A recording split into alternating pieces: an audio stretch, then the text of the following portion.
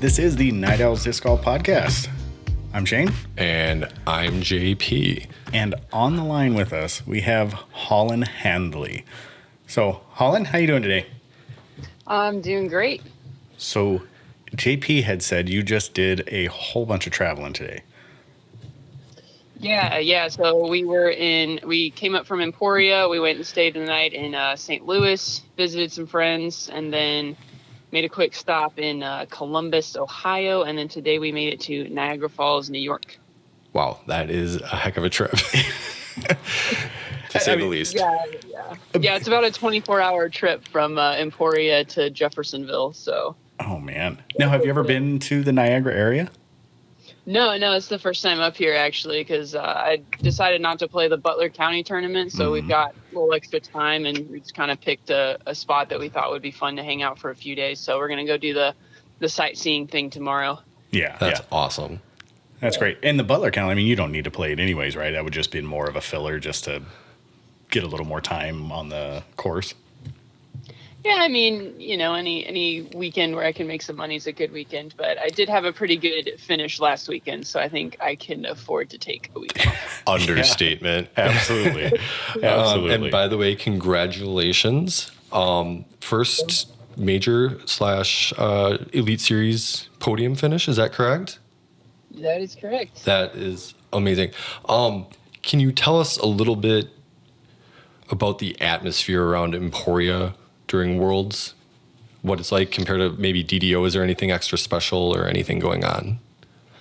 I think it was pretty similar to the atmosphere of DDO. The cool thing about Emporia is, as a town, everyone knows what disc golf is, and I think majority of the town even plays. So, you go, when we're in any other town, you go into like a Starbucks or you go into a Walmart or whatever, and you're just another person. But when you're in Emporia, you go into a Starbucks and the baristas are talking about disc golf. You go into a Walmart and people are going to know who you are, and that kind of thing. So the community really just turns out for disc golf, and it's pretty cool. Mm-hmm.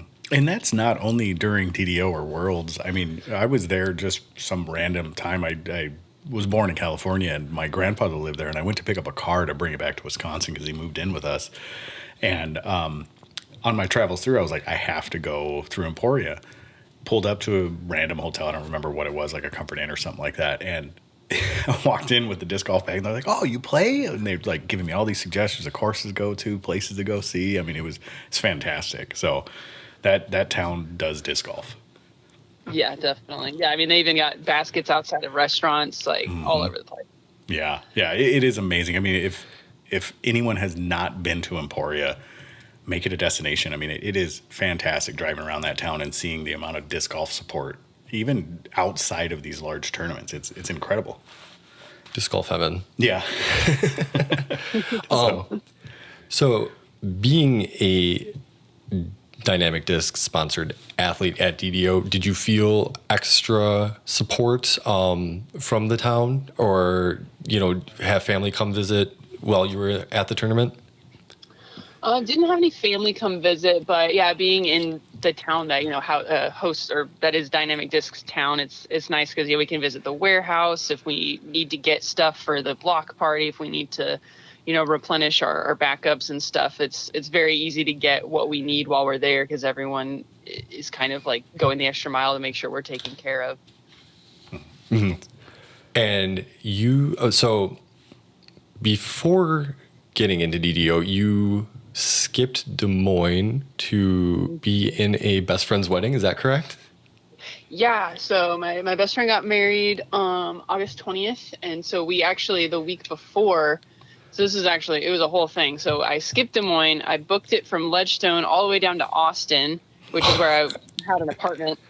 And so we moved out of the apartment. My boyfriend and Kat and I are officially on the road 100% full time, just living in the RV.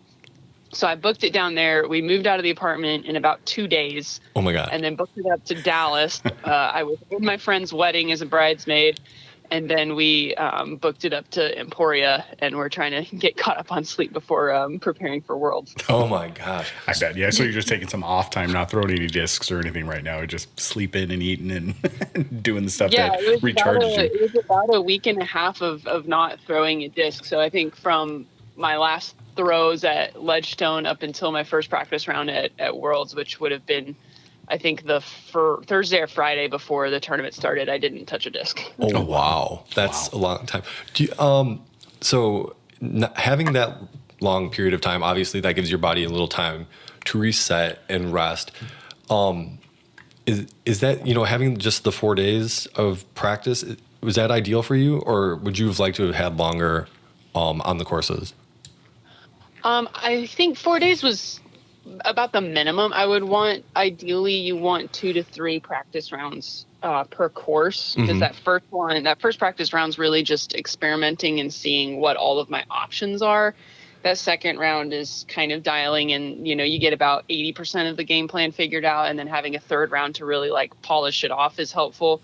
But also we had played the courses earlier in the year, so there weren't that many changes, but I felt like I had plenty of practice time. I even had an off day in there. I think I practiced 2 days and then took a day off, or practiced 3 days, took a day off, and then practiced 1 day, and then had the tournament. So okay. So in between rounds, like Shane, I've been to Emporia a little bit, and there's quite a bit to do, but what do you like to do there when you aren't playing disc golf?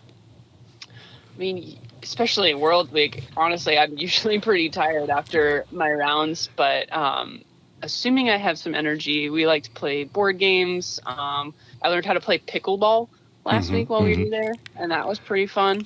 It's like sweeping the disc golf nation, pickleball. It's incredible It really is. Yeah, everyone on tour plays pickleball. It's kind of crazy. That's awesome. You guys could have a side pickleball tour, as well as like wager tour winnings or something. I could see it happening. A lot of people on tour love to make little side bets and stuff, so that could totally happen. So let's go back to Ledgestone, if you don't mind. I want to ask about your Holbatross. So talk us through that. I'm sure you're just love talking about it so much, because I'm sure you've talked about it quite a bit, but relive that moment with us and tell us what you thought, because I played Ledgestone and I'm an MP40 guy, so we shadowed the FPO. Tell us kind of what went through your mind and, just that whole scenario. Yeah, I mean, I'll never get tired of talking about Holbatross. Because it is the coolest thing I've ever done. That's awesome. Yeah. But yeah, I mean, the game plan for that hole is if I have 370 or less to the pin for my second shot, barring any crazy winds, I'm going to go for it, figuring if I can just get over the water, I can maybe have an eagle look. At worst, I'll have a birdie or an easy par. And so I threw, my bomber rive off the tee. We had just a little bit of like a head right to left wind, so I just kept it really low. And then I guess I caught the breeze just really nice, because I got probably about 40 feet further than my best drives in practice. And so I was on that left side of the fairway, and I got my rangefinder out, and so I had about 330 to the pin with a little bit of a headwind. So I thought I would just take a rive and just jam it back there, figuring like, I'll probably end up going about 40 feet long with the skip, but that's fine, because, 40 footer for eagle is better than, hitting the wall and having to throw again. And so I was like, I'll just, keep it on one angle, swing it out wide toward that tree. Worst thing I'll do is hit the tree and roll in, and I'll still have a circle one putt for birdie. And so I threw it, and I thought I threw it too far inside and that I was going to hit the tree. And then just after, half a second after I find I missed the tree, it's hitting chains, and I was losing my mind. Yeah. And that's a fantastic shot. And having personally stood there, and I was near about where you were, but I was on the right side of the fairway, so I didn't really have a look at it. But that is a difficult approach. I mean, because there's 2 trees that guard it. And then there's OB on the right-hand side. There's OB long. Well, the long OB really doesn't come into play, but, it's a pretty nervy approach. So much so that I laid up both times in practice and in the tournament. I just laid up to the front of the pond and then pitched over from there. But, that's a lot of guts to push that, and it's a hard shot. Yeah, I mean, I keep a certain, like my rive lineup. I usually have 4 rives in the bag, right? One of them is the bomber. It's been beaten, and it's actually kind of flippy now, and then I'll have kind of a stable one that's like I'll get one of like the orbits that's really domey, and those are usually pretty beefy. And then I'll have one that's kind of in the middle, and then I always have a water rive, And so that's just like normal. Exactly. It's a normal stock ride that, like, if I throw it in the water, I'm not screwed because I have 10 more in the truck. Yeah. Right on. So the Albatross disc was a water ride. I was completely fine with it hitting. As long as it touched inbounds first, I was completely fine with losing it. Yeah, exactly. Well, and now that one's not in your bag anymore, is it? No, it was immediately retired. I It would has not been assume. thrown since I had everyone on the card, sign it like you would for an ace disc, Yeah. and it has been retired. And that's the first Albatross in FPO history, right?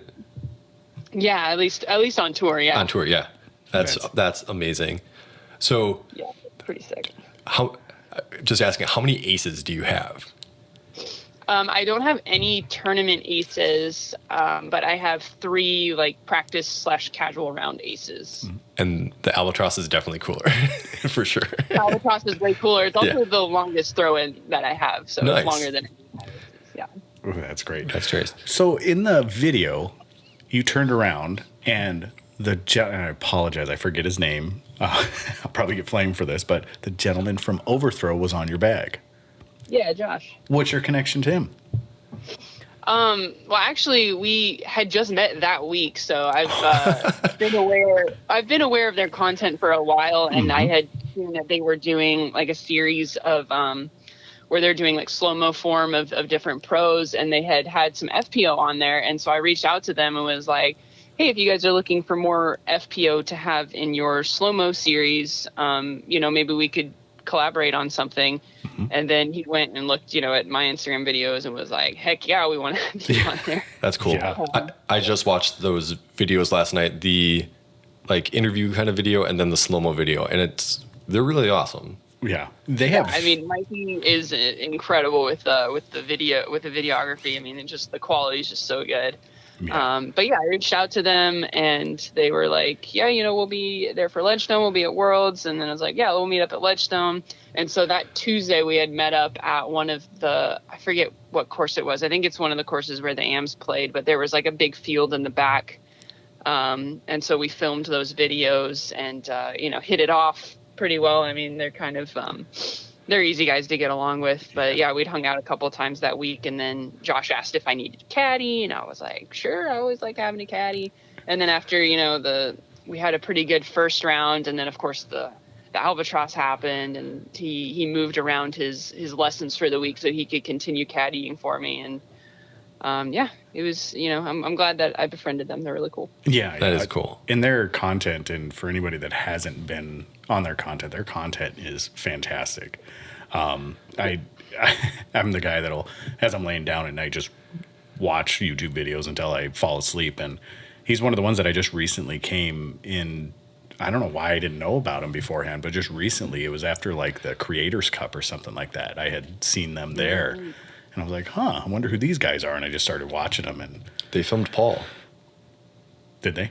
Yeah, I think they were filming Macbeth a little bit. Oh, okay. Yeah. So, that's right. Because they got his hot round when he was like, yeah. So, no, that's great. So let's talk about what you did and who you were prior to disc golf. Because it looks like here that you're correct to say that you're a COVID golfer? Kind of. We got into it a few months before it started. So October 1st, 2019 was when we went and bought just some starter packs at, I think, Dick's Sporting Goods. Because it just, my boyfriend actually, I think, saw a video on YouTube or something and thought it looked fun. Would get us outside a little bit. And so we went and tried it, and we're terrible. Yeah. But then That's how we all start. Don't worry. yeah, we just went to a little like 9-hole pitch and putt course, and had a good time being terrible at it. And then we started playing, Huntington Beach and La Mirada, and like kind of just got hooked on it. And next thing we knew, we were playing every weekend. And then I actually played my very first tournament the weekend before everything shut down for COVID. So I played my first. Yeah, so I was all gung-ho after that. I was like, yeah, we're going to play all these tournaments this summer. It's going to be super fun. And then everything was shut down. You're like, well, thanks, COVID. Appreciate that. So once you guys started playing and like things started progressing a little bit, did you do like a deep dive into like everything you possibly could, like form-wise? Like, how did you, like, at what point were you like, yeah, this is it. This is the next sport that I'm just all in on? Yeah, I mean, we've kind of always been the type of people who try a lot of different hobbies. So, up until that point, between graduating and then picking up disc golf for like 2 years, we had tried rock climbing, we had tried biking, we tried all kinds of stuff. And then disc golf just kind of stuck in a way that nothing else did. It was just that perfect combination of like something you can kind of grind and really try to get good at, but that has enough variety. And that also gets us like out and active and doing stuff, which is, a good way to break up kind of the monotony of working the 9 to 5. Mm-hmm. So it was just kind of everything we were looking for. And then, I never started working on form and stuff with the intent of like being on the pro tour or anything. We started watching, Joe Mez at first and then the other companies as well, because we were getting, just wanting to consume all of the content that there was. I think the first videos I watched with the intent of like getting better were like some of Simon's videos. Mm-hmm. That was when, during COVID is when his YouTube really started taking off. So I watched a bunch of his stuff, and I just watched some of like just videos of people who were really good at throwing, and I would watch them in slow motion or go frame by frame and try to see like what they were doing and compare that to what I was doing, and then try to, get mine to look a little bit more like theirs. And I just decided, I'm going to allocate, 2 hours a week and get as much work done as I can after I get off work. And, it was just focusing on being consistent with the practice. Kind of next thing I knew, looked up several months later and I actually had pretty decent backhand. When tournaments started up again, I went and played the Maricopa Open, which was in Arizona. Mm-hmm. Drove all the way to Arizona because California wasn't having tournaments yet. And then I ended up beating Katrina Allen and Jennifer Allen at that tournament. And then, everything kind of just blew up, and suddenly sponsors were interested in me. And I kind of just decided to, do the local pro thing. And then we, end of 2021, we were wanting to move to Austin. And so it was kind of like a weird crossroads of do I go find another job that's in Austin, or do I try to make this disc golf thing work? And then after talking to Dynamic Discs, they were willing to give me, more financial support if I would go on tour. So we just decided I'll try it for a year and see how it goes. That's awesome. Yeah, that's great. I mean, from the 3-pack challenge to coming to what? On Third at Worlds. Yeah, the podium at Worlds. That's amazing. So you had mentioned that you had just graduated college. So from my understanding, you were a D3 athlete in volleyball, correct? And a power lifter? Yeah, so I played volleyball starting when I was 12, and I played all the way through college, so about 10 years. Mm-hmm. And then lifting was just something I always really enjoyed when I was in college. So and there was a big group of power lifters at my college. So I kind of was aware of what that was, and had decided, when I'm done with volleyball, I'll just go do powerlifting, and that'll kind of be my competitive outlet. So I did that for about 2 years. I kind of stopped around the time I started getting serious about disc golf, just because you can really only be good at one of those. Right.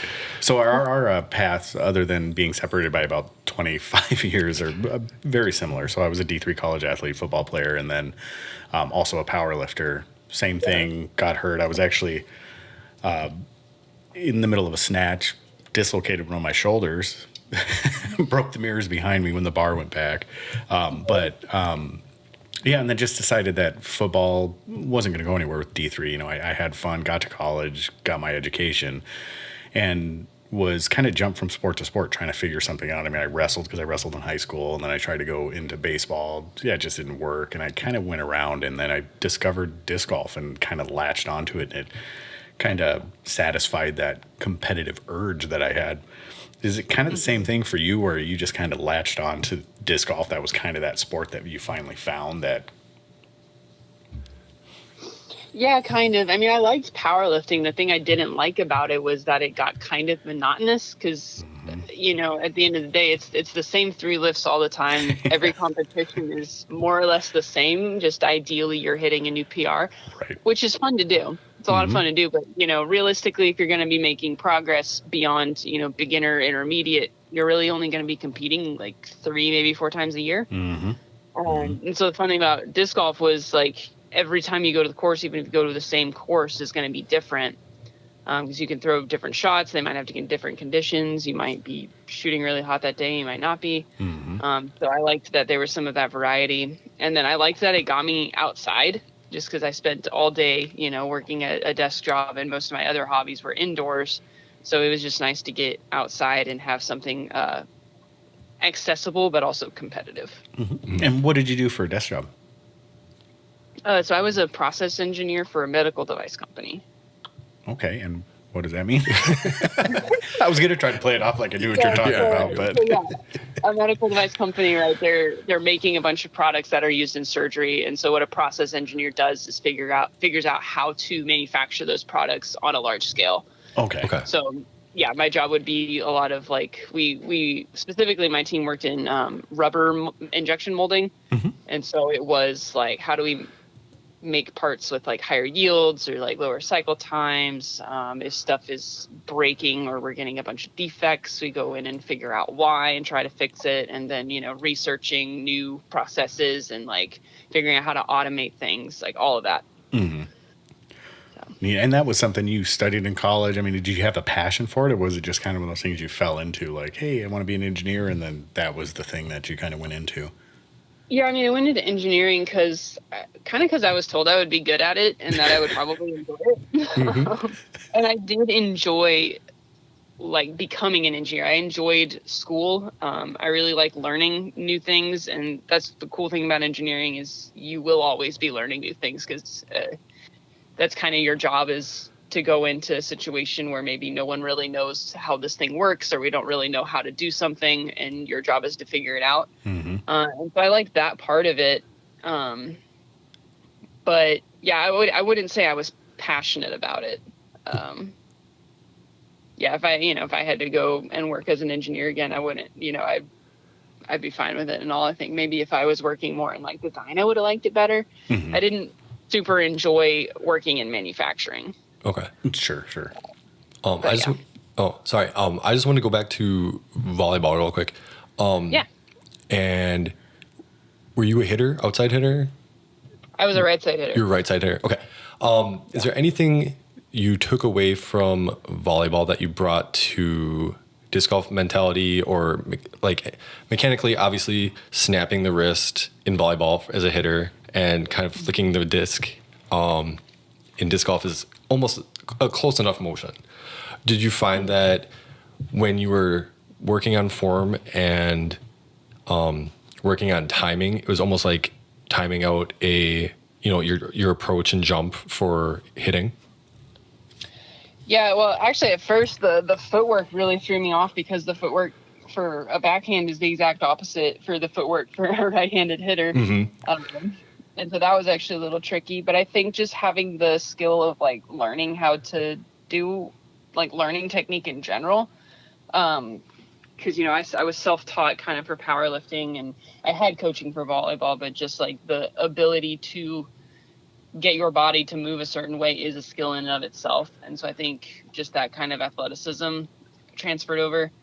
In terms of mindset, I actually kind of had to really change how I approach, because the way I approach disc golf mentally is very different from how I was in volleyball. In volleyball, I was very cocky and very aggressive, and that mentality just doesn't work for me in disc golf. In disc golf, it's better.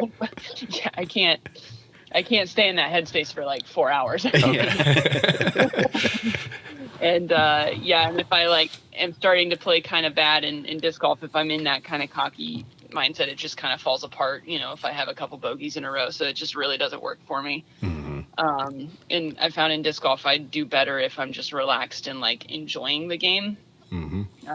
Whether that's enjoying how well I'm playing, or if I have a bit of a rough start, just enjoying being outside or being with my card mates and watching them play well, just finding something to latch onto to be joyful about, really seems to give me the best chance of playing well. And that's very different from how I approach volleyball. Yeah. I don't know if disc golf is really ready for that type of intensity anyway. Definitely not. They're not ready for someone getting a putt and then stomping on the ground and screaming about it. Yeah, exactly. You might get a 9-month suspension for that one. So. All right. So let's talk about your bag. So what is your go-to discs? And there's only one right answer for this, but what is your what team putter are you on? What putter team are you on? Oh, we're Team Maiden. I'm probably like the only one. Yeah, no one putts with Maidens except for like me and Erica Stinchcomb. I used to putt with the Regio Maidens for when they first came out, but I switched. But the feel of the disc is, I like the shallowness, and it's got that little bit of a bead on the bottom. But I don't know if there's something else. Like, I putted with them for a while, but they just didn't jive with me. Yeah. They are a little flippy. Like some people prefer a little bit more stable putter. But I like the shallowness of it, and I like that it's just kind of point and shoot. Are you a BT, medium, hard? What kind of plastic do you use? Origio. Origio, yeah. And then do you use them for throwing as well? Now for throwing, I have a Goldex Pure and an Opto-X Pure. So Oh, okay. rocking those Kristen Tatar signature series. Yeah. Invoking someone. If you switch to judges, I think that would solve everything. That would be at first place at Worlds next year. Funny you mentioned that, because last year at Worlds, I did switch to judges as my putting putter, and it was a disaster. Oh, well, it's not the putters, though. It can't be. Worst I've ever putted. Oh, no. Shane is Oliver team judge. Oh, yeah. I went home, and I profusely apologized to my maidens and put them right back. And then burnt the judges, right? You got all the bad juju out of those. No. I still have them somewhere, but yeah, no, they're... don't, if it ain't broke, don't fix it. Yeah, exactly. Right. Exactly. And you already kind of touched on the rives. Mid-ranges, fairways, what are you using? Yeah, so my favorite mid-range, I've got a first run Trust that I've been throwing almost since they came out. And that thing is like, if I can make it to where I can throw that disc, I'm going to throw that disc, because it's just like, it never seems to fly poorly for me. It's just a dead straight mid-range. And then for wooded courses, I'll throw a Tersis in the bag just because I can throw it on a hyzer and get it to like flip really, really late and then drift right.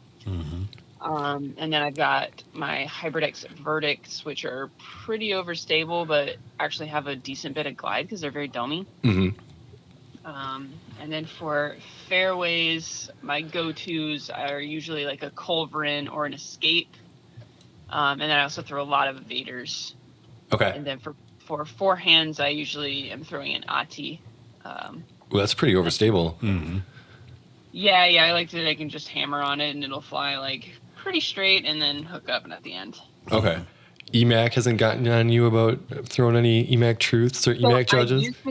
I used to throw an EMAC truth, and then I lost it at Goat Hill last year because it went OB on hole 17 and I couldn't find it, and I didn't want to beat another one in, but I had the new first run Trust, and I was like, I know they fly about the same, so I'll just throw the Trust, and then I haven't gone back since. Yeah. And that plastic is phenomenal. Like that. Yeah, it's just too good. It is. So I was actually had a conversation with Jamie today, and Jamie Rusko, and I was just commending him, like, I don't know what they're doing, but do it to more discs. Like, that plastic is fantastic. I can't wait for it to come out in the Supreme on some of the other more, seasoned molds that they have out there. Yeah, I've thrown the new Supreme Escape a couple of times, and it's pretty nice. Yeah. Are you jamming on the Kona, the Orbit, or the Orbit Kona Escapes, or you looking for anything else? Yeah, she was gonna give me one, and then she said it would be too flippy for me, so she never gave me one. Okay. Oh, jeez. They are a little flippy, surprisingly, than some of the other ones. Yeah, I've heard that. I've thrown a couple, and I don't know. I haven't thrown them as much as I thought I would. Yeah. Well, if you want one, we got some in the shop. Yeah. Just let us know. We'll send you one. Or I'll give you a couple. So obviously discs come down to feel and how you feel about them. There's, the Rive. I was looking on DD's website because I was like, okay, obviously the Raider is like a big distance driver, or a Defender is fairly close. Any reason other than just the feel of not throwing a DD driver? Yeah, I mean, I had tried the Raider initially. I didn't really like how they beat in though, because I felt like I was never sure if it was like going to be consistently overstable or understable. It would get kind of a weird flight from them when I beat them in, and so I actually threw bio enforcers for a while. Okay. So they would get really beat in and they would fly really nice. But the problem with the biofusion plastic, it beats in a lot. And with how much I'm throwing now that I'm on the road, I just needed a little bit more like durable plastic. And so in the off season, I kind of revisited everything, revisited the Raider, the Rive, and the Defender. And the reason I didn't throw the Rive initially is because all we had were the first runs, and the first runs get very, very flippy. So I don't even bag a first run anymore because it's flippier than even my Graces at this point. But they came out with the stock run, and that was a lot more overstable, and so that ended up being exactly what I was looking for. And the Defender's a little bit more overstable than both of those, unless you get it unless you get it really beat in. And so I just didn't want to have to rely on like beating in a disc because I lose distance drivers a lot. Everyone loses distance drivers a lot. And I didn't like having that situation where I was like afraid to lose a disc, because that does kind of at certain points like affect your shot. Like with the Albatross, it's like I was able to make that shot because I didn't care if I lost the disc. Yeah. Having a disc that like I liked to throw fresh out of the box and could make work when it was fresh, and could also make it work once it was beat in, that ended up being the Rive. Nice. Yeah, that's great. And I had the same experience with Raiders as the inconsistency, and I don't know what it was. I had different weights, different plastics, but there were times where I feel like I'm putting it on the same angle, same power and everything, and sometimes it would just die straight to the left, and then all of a sudden it would flip over, and you're like, what is going on? I can't quite get this thing, and that's why I ended up never sticking with Raiders either. Yeah. No, tried them for a while. They're good-looking discs, but yeah, they feel really good, and like first out of the box, they're great. But like there is with the Trilogy plastic, there is kind of that initial like 2-week beat-in period, and then that's how the disc is actually going to fly. And so I didn't like it as much after that initial beat-in. Yeah, well, that's great. All right, so on the tour, what is your favorite event to go to aside from Worlds, of course? Well, I haven't been to every event yet because I have a feeling I'm going to really enjoy these East Coast events. But I think my two favorite overall have been the Preserve and the OTB Open. Just because the Preserve, mostly because I think the course is really well designed, but also everyone is camping on the course. So like all your friends are there. Yeah. So we're all just kind of hanging out after the rounds, and so there's a nice, really good sense of community. And then kind of similar thing in the OTB Open, because they're one of my sponsors, we're all just hanging out at the shop after practice rounds, and it's just really like a laid-back place for us to just like hang out. Yeah, they seem like awesome guys. I listened to the Disc Golf podcast, and they came on pretty early with them, and I just love the banter that those guys have, and they just seem like those guys you could just be best friends right away with. Yeah, that's pretty accurate. Yeah. All right, so now you got to boil it down to your favorite course. And it doesn't have to be on tour, just your favorite course that you play. I mean, that's tough. Honestly, I think like Disc Side of Heaven might be in that spot. Because even I played it when it was stupid, miserable, hot, and it was still a really well-designed course and really fun to play. At least you didn't have to play it in the snow. Oh, man. Yeah, that is a cool course. It films well, too. I mean, even on coverage, that course is fantastic. Yeah, so I mean, like, there's out of bounds that's, like, brutal, but it makes sense, and, like, you really have to be able to throw every kind of shot. Like if you're a forehand, backhand, you've got uphill, downhill, you got shape shots through the woods. It's just a really well designed course, and I really like it. Nice. All right, so I think we got a couple more questions for you, so we don't take up too much more of your time. So, what are some places you would recommend outside of disc golf? Once you've been traveling around, you've kind of seen some stuff. Because how long have you been pulling a trailer? Let's see. For this swing of the tour, since like June. Okay. So it's still fairly fresh in that regard. Yeah, I haven't really stopped at a lot of places just to do like sightseeing yet. Actually, this weekend will be the first time we've like stopped and done something touristy and not disc golf related. Okay. Especially the first bit of the season, I was by myself, and so I was kind of like, let's just get to the next spot. Mm-hmm. So then we'll switch it. What has been your RV story? My RV story? Yeah. It seems like everybody has one of those bad stories. I did have one funny. So when we were in the Texas swing, it was like the first couple weeks that I'd had the RV, and I didn't really know a ton about it or like how to fix things when they broke.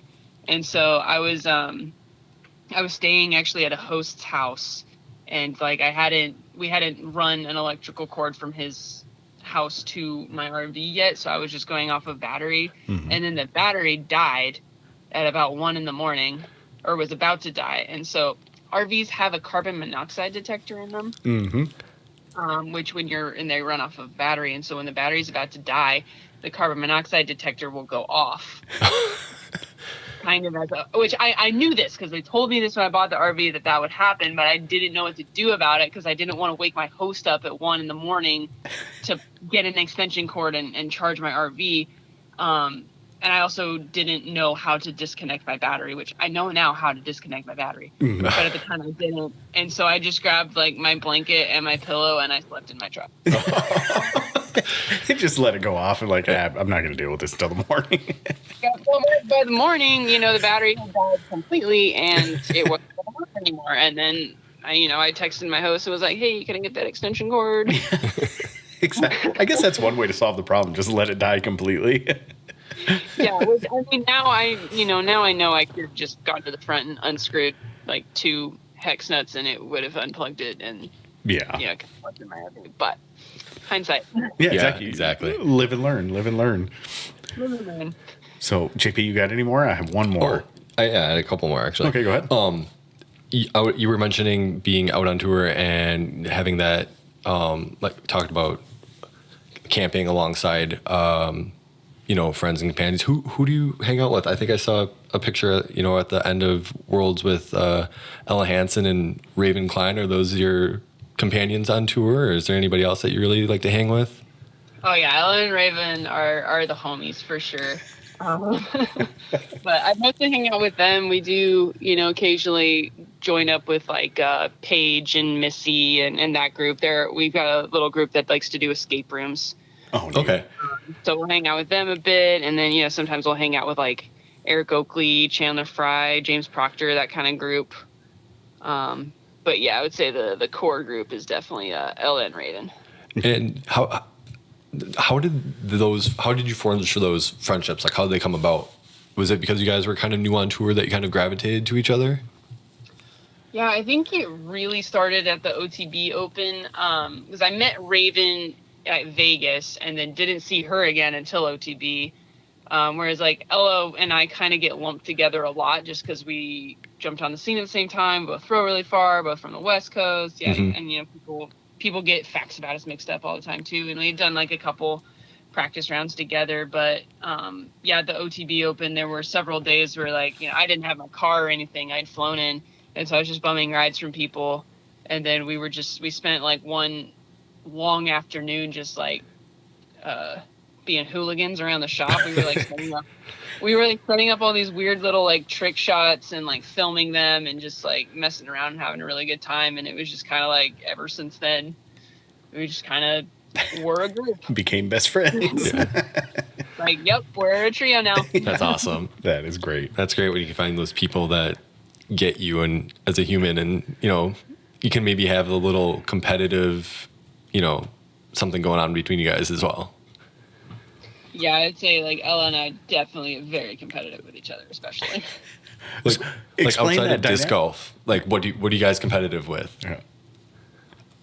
I mean, literally anything we get our hands on. I mean, yeah, it's like games, pickleball, like whatever we're doing, like even playing catch, like it ends up getting kind of competitive. Yeah. Sorry. I was gonna say, will you guys personally like go on to like not be on the same team because you're like want to beat each other that bad, that kind of thing? I mean, we'll switch teams around, but there's definitely like a special like wanting to win for sure. Yeah. And I would assume that comes both from your athletic backgrounds. I mean, because Ella has an athletic background, you do as well, and being competitive in that regard is kind of one of those. You may not see it off the course, but when you're on the course or on the play field or whatever it is, I know that always comes up with me. I'm always like, all right, let's bet, let's do that. And I have to win. And if I don't, I'm going to go home and practice. And then the next time I see him, I'm going to win. I know, that's why I have to be careful about pickleball. I'm afraid I'm going to start doing that, but I need to practice disc golf. Yeah, exactly. The focus shifts just a bit. Yeah, exactly. Well, and Raven too. She was also a volleyball player in college, so she's got that competitive spirit as well. So okay. So if you were to put a pickup volleyball team together, who would you pick on the tour? Okay, well, we'd definitely have Raven as my setter. Okay. Trying to think of who else even plays, because I think Hokum used to play. I know Brian plays a bit. Mm-hmm. Yeah, I think Sarah coached for a while. Yeah. So we could have Hokum on the team. I think Missy played in like high school, if I'm not mistaken. And then probably just like, I don't know, I'd have to give the guys like a tryout because they're all so tall. Yeah.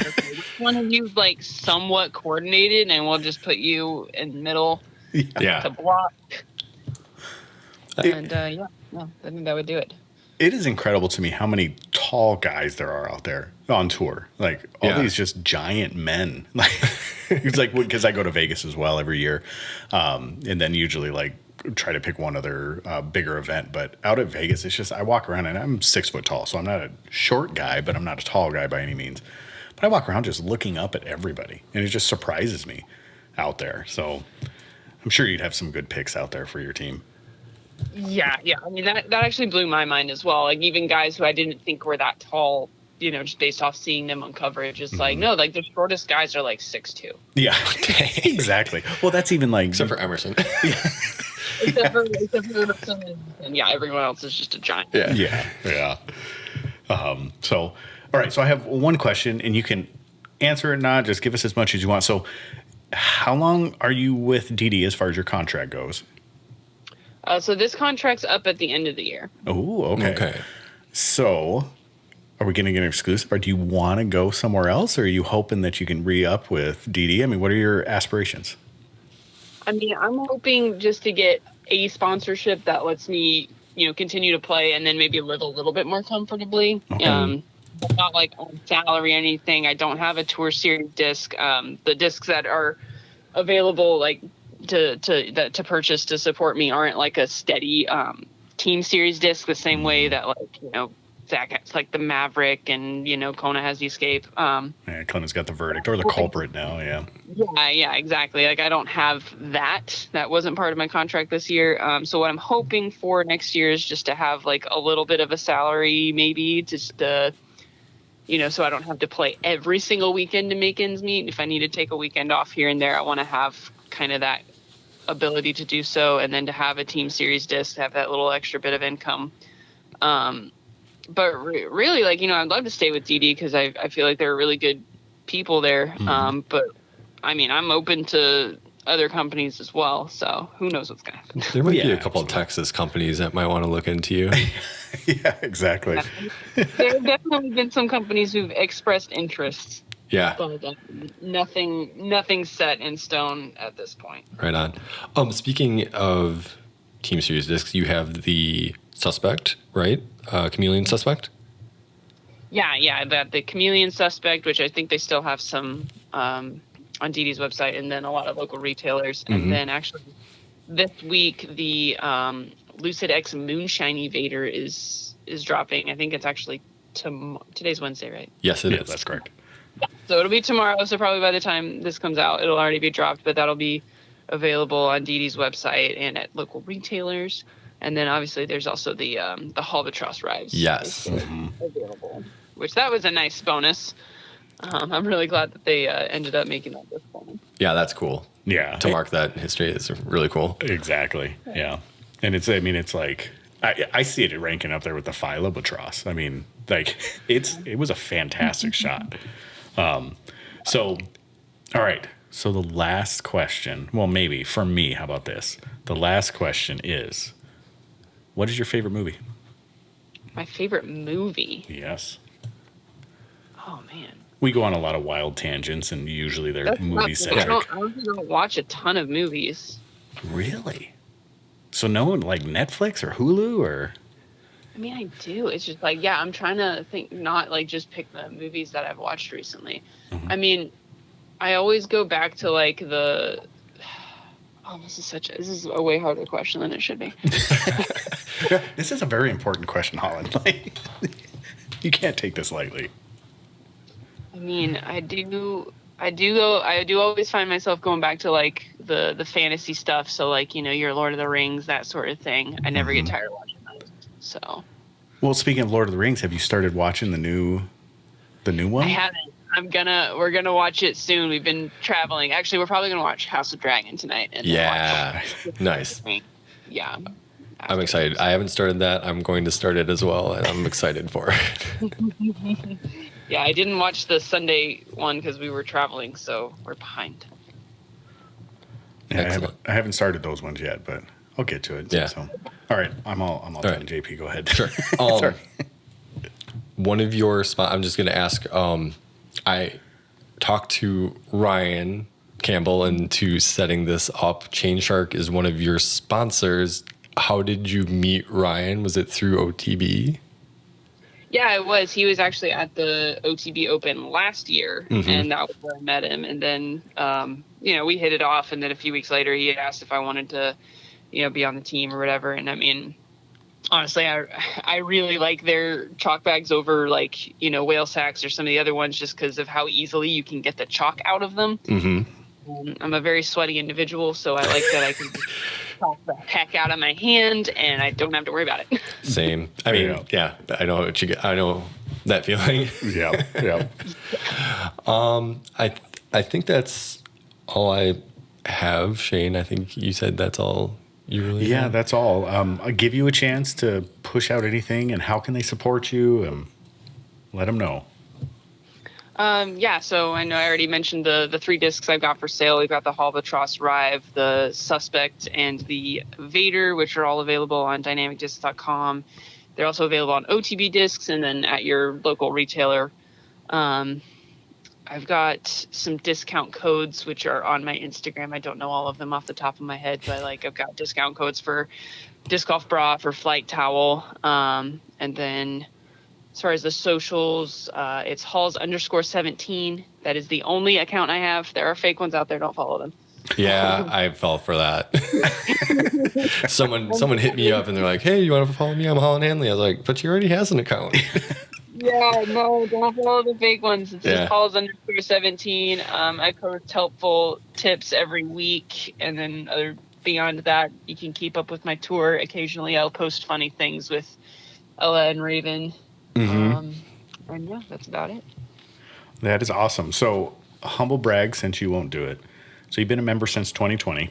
You are now ranked 14th in the world. Mm-hmm. You have 21 career wins out of 52. That's a fantastic average. And career earnings in a little under 2 years. No, a little under 3 years is 25,000 or 26,000, and 19,000 of that was made this year. So that's fantastic. And from that 3-disc starter pack to go to that, I just want to say congratulations. I mean, you are putting in the work and you are doing it. So good job. Well, thank you. Yeah, Thank you. absolutely. It was absolute pleasure talking with you. Good luck with contract negotiations. You deserve whatever it is that you want. Yeah, absolutely. You were putting it out there, so go for it. And good luck. I mean, I know you got the Green Mountain Championships MVP and Throw Pink coming up, so good luck in every one of those. We'll be rooting for you. Awesome. Thank you. Yeah, absolutely. Anything else for her, JP? Grab some sleep, enjoy Niagara Falls, and we'll look forward to seeing you on coverage. Alrighty. Thanks so much. Thank you. Absolutely, Holyn. Thank you for your time. All right. Bye. Bye.